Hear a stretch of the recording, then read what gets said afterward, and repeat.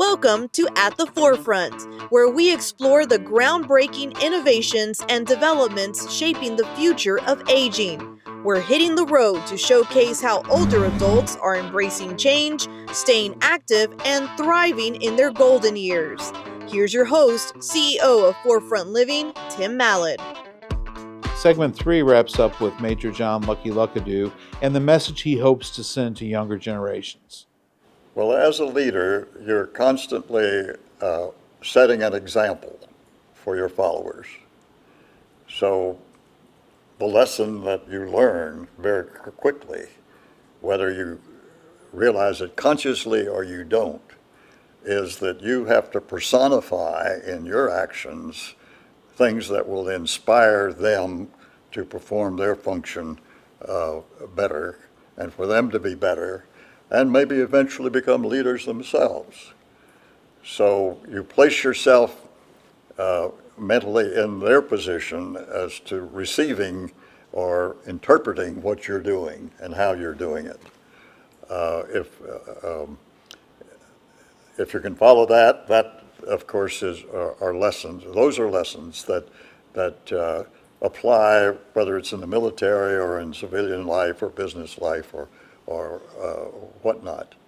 And those are extremely valuable to realize, well, how would I act and react if they were the decision maker and I was to be following them.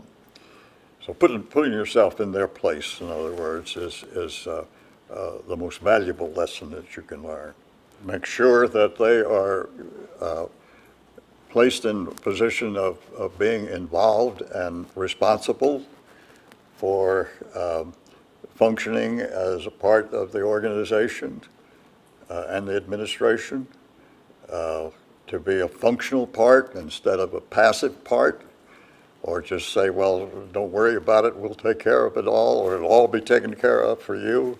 That isn't necessarily the case, and it isn't very convincing that it will be.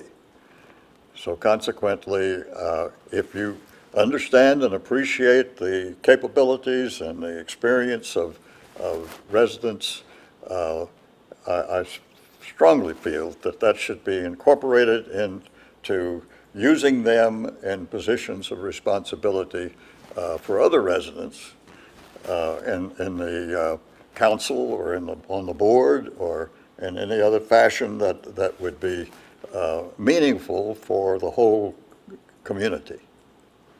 Well, I think basically, and first of all, you have to believe in what you're doing and what your mission is in order to lead other people to support you and to contribute their part in accomplishing the mission.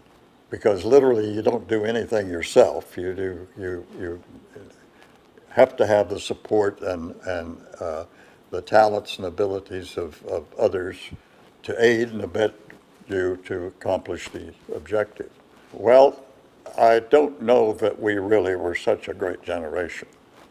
I could take issue at that, but we did what we did because we had to.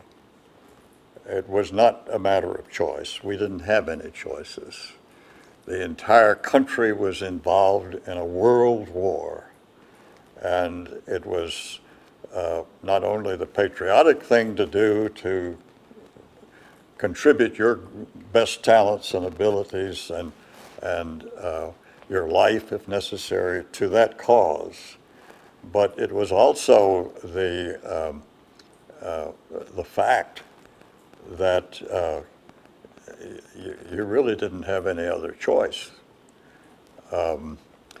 So being the greatest generation sounds good, and it's I'm sure done in appreciation for the fact that we answered the call and we did what we needed to do, but I think you do have to recognize that it was not by choice necessarily.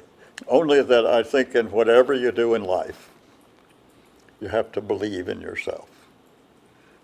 And if you lose that confidence, you've lost your life.